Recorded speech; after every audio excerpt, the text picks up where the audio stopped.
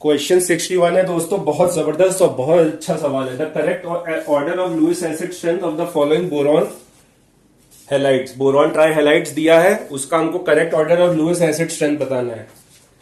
अब Lewis acid strength, Lewis acid किसको कहते हैं दोस्तों? आप लोगों ने पढ़ा होगा, इलेक्ट्रॉन पेयर एक्सेप्टर्स।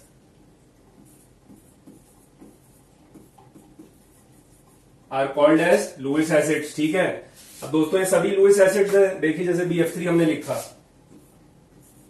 बोरॉन का इलेक्ट्रॉनिक कॉन्फ़िगरेशन क्या होता है? 2, hydrogen helium lithium beryllium boron 2,3। तो जैसे BF3 बना या BCl3 बना, कुछ भी बना,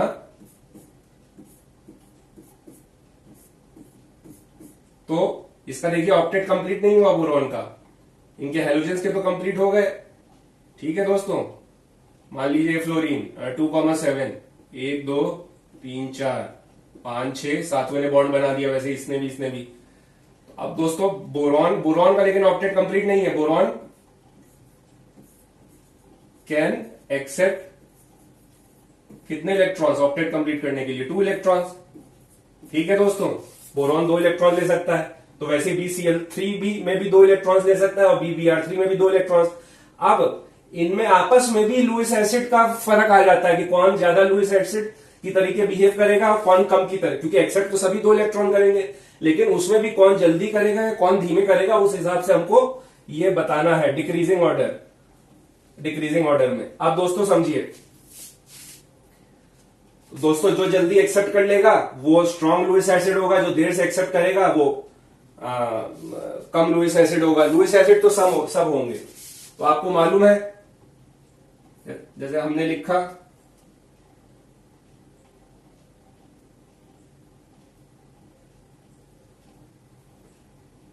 लिखा हाइड्रोजन, उसके नीचे क्या आता है? लिथियम। पीरियोडिक टेबल आप लोगों को लिखनी आनी चाहिए 20 तक। Lithium beryllium boron carbon nitrogen oxygen, और इधर आते हैं हेलोजेंस, फ्लोरीन क्लोरीन ब्रोमीन और आयोडीन। ठीक है दोस्तों, यहां तक आपको समझ में आया ये पीरियोडिक टेबल कैसे लिखी हम लोगों ने? ठीक है, अब देखिए डाउन अ ग्रुप साइज बढ़ता है, तो फ्लोरीन का साइज सबसे छोटा है।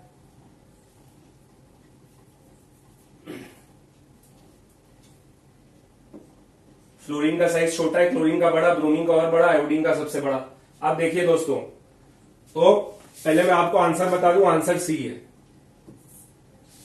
BBr3 की लुईस एसिड ज्यादा है BCl3 से, और BCl3 लुईस एसिड ज्यादा है BF3 से। आप समझिए, अब दोस्तों Br का साइज बड़ा है और BBr3 जो बनेगा उसमें क्या होगा? BBr3 जो ये कोवैलेंट बॉन्ड बनेगा, कोवैलेंट कंपाउंड, उसमें Br के जो लोन पेयर्स हैं, जैसे फ्लोरीन के लोन पेयर्स हैं वैसे Br के भी, तो Br के लोन पेयर्स एक बैक बॉन्डिंग होती है, तो Br के लोन पेयर्स कहां चले जाएंगे? बड़ा है तो बहुत आसानी से नहीं, बड़ा है ब्रोमीन, बहुत बड़ा है as compare to chlorine and fluorine, बड़ा है, तो बैक बॉन्डिंग जो ये लोन पेयर्स हैं इसके, फ्लोरीन के लिए या ब्रोमीन के कह लीजिए, तो ब्रोमीन के लोन पेयर्स बैक बॉन्डिंग में बोरॉन के यहां बहुत धीमे चले, बैक बॉन्डिंग होती है, तो